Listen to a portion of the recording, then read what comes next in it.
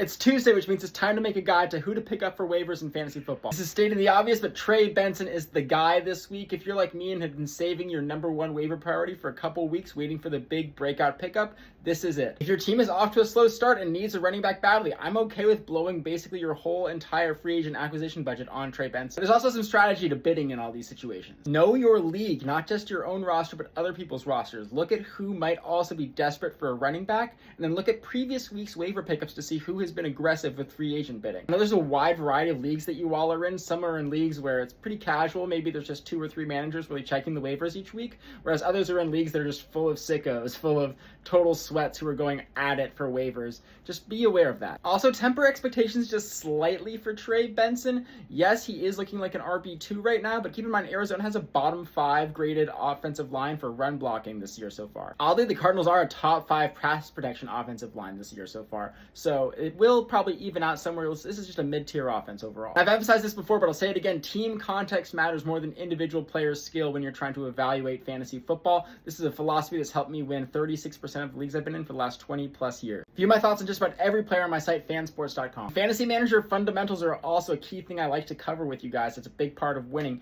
Make sure you make the right waiver picks, and then also make sure that you check the waiver wire at midnight, ideally 12:01 tonight, to see who wasn't picked up, who you can get for free. Jackson Tartt's the other interesting guy this week. I would definitely target him in a 2 QB league. If you have a solid starting QB, then you don't need to go crazy. He's looking at a potential QB1 upside because he does have rushing talent. But keep in mind, this is a deep year for QB. There's also potentially Tyrod Taylor for another week. There's potentially Marcus Mariota for another week. Geno Smith looks like a solid backup QB. There are a lot of guys. In my opinion, the biggest potential league winner backup running back right now is Blake Corum on the Rams. He's had elite efficiency. This is a great offense to be a part of. And honestly, he could be a top 10, even top 5 running back if Kyron Williams goes down or suddenly falls out of Sean McVay's favor. You want high upside league winners on your bench, so he's another guy to target. Nothing too exciting at wide receiver. Trey Tucker has been getting consistent volume, which I like, but I still worry about Brock Bowers getting more involvement as the season goes on, and Dante Thornton Jr. getting more involvement. I'm a broken record about Eli Manor. I would target him over just about any of the other guys if he's still available. If someone dropped Matthew Golden and you didn't pick him up last week when I talked about him, then yeah, definitely grab him now. He could easily end the year as a top 15 wide receiver, becoming the number 1 alpha in Green Bay. Sterling Shepard, also a sneaky deep league pickup. He'll get some reps in Tampa Bay. But yeah, I rank all these guys on my site, fansports.com, up here. I've actually got to go and update those rankings. I try to keep them updated basically every single day. If you have questions about waivers,